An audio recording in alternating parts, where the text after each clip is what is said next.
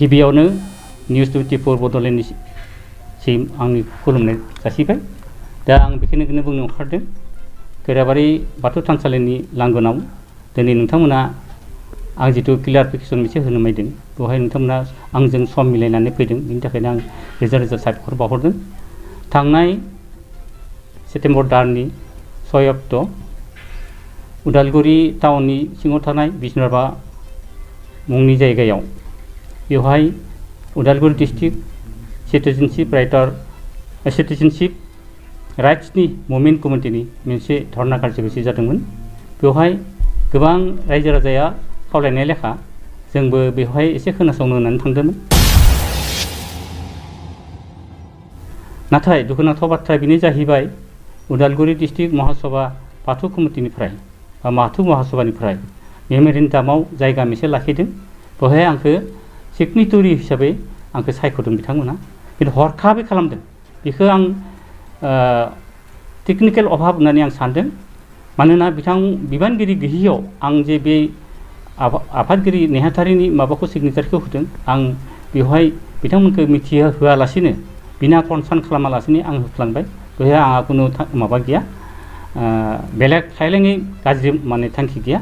आं हरखाबै आं होफ्लांबाय। बिनि थाखाय आं दुखु फोरमायदों आरो आं लाजिनाय मोनदों। आरो गासै दुलाराय बाथौ गौथुमनि बिबानगिरि आफादगिरि नेहाथारि लोगोसे गोबां बिबानाव थानाय बिथांमोननिसिम आंनि खुलुमनायखौ आंनि आरजखौ आं गाबहरदों। आरो लोगोसे जोंनि दाखालि जोंहा उदालगुरि डिस्ट्रिक्ट महासभानि आफादगिरि नेहाथारि बिथांमोना जि मोनसे प्रेस मिटिं होदों, बिथां सारमोनखौ आं जिथु थांनाय 6 सेप्तेम्बरनि जिथु आं सिगनेटरि जाबाय, मिथिहोआसा आं होफ्लांबाय। बेनि थाखाय आं दायनिगिरि आरो बेनि थाखाय आं बिथांमोननि खाथियाव गासैबो खाथियाव आं निमाहा बिदों।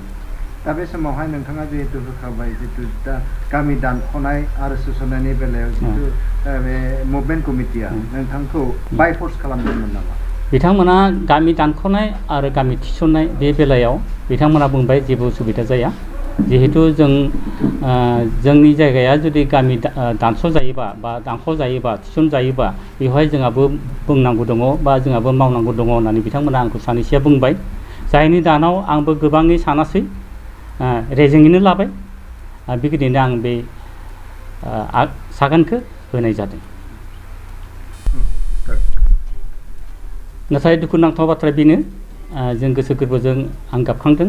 खारन उदालगुरि डिस्ट्रिक्ट बाथौ महासभानि जानानै आं जि नेहाथ खामानि मावबाय बेवहाय आंहा राइट गैया, बेवहाय सिगनेटरि जानो राइट गैया। जिहेतु जोंहा डिस्ट्रिक्ट महासभानि आफादगिरि नेहाथारि बिथांमोना मोनसे फाइनेल आल'सनानि गेजेरजोंसो बेयाव होया बिथांमोननिसो अधिकार दं।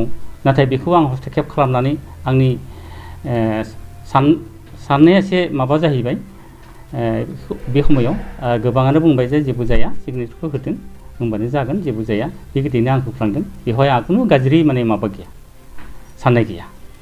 आं बेनिखायनो गासै जोंनि उदालगुरि डिस्ट्रिक्ट महासभानि बिबानगिरिफोरखौ, गोबां जोंनि आनसलिकनि बिबानगिरिफोरखौ आंनि निमाहाखौ आं बिथांमोननि खाथियाव गाबख'हरबाय। नोंथांमोना जाहाथे आंखौ निमाहा होयो आरो फैबाय थानाय दिनफोराव जेरैबायदि जों खामानि मावदों जोंनि धोरोमारि बिथिंनि सायाव जोंबो गोख्रोङै मावगासिनो दङ। बेहाय एसे भुल जालांबाय, बेखौ जाहाथे जों आंखौ निमाहा होयो। आं बेखिनिखौनो बिथांमोननिसिम आं खावलायनो थाबाय।